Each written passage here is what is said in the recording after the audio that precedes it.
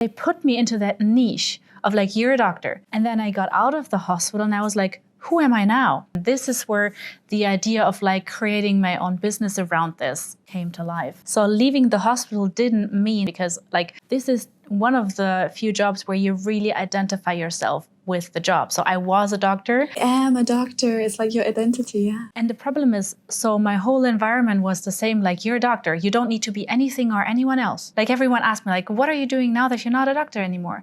And I was like, you can take me out of the hospital, yet, but you can't take the doctor out of me.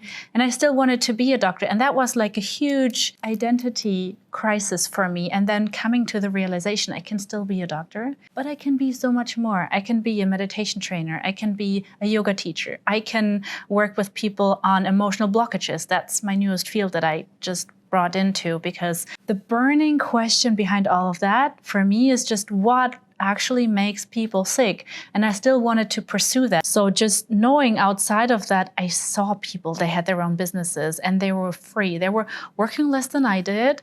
They could just take their Wednesday mornings off to get a manicure and have a coffee with a friend. They were still making 10 times more than I did.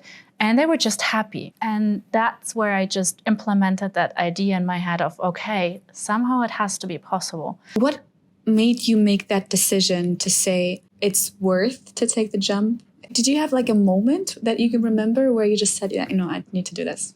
Well, to be very honest, my body took the decision for me. So I really I had this whole holistic approach where things got a lot better, but I had one point, like 1.5 years ago, where my body just shut down. So I basically collapsed after a row of night shifts where I still worked in an emergency department, and we still had a lot of COVID cases. So, I mean, everyone in that field can roughly imagine what that means. And my body just, took off. And then I was home, all of the labs were fine.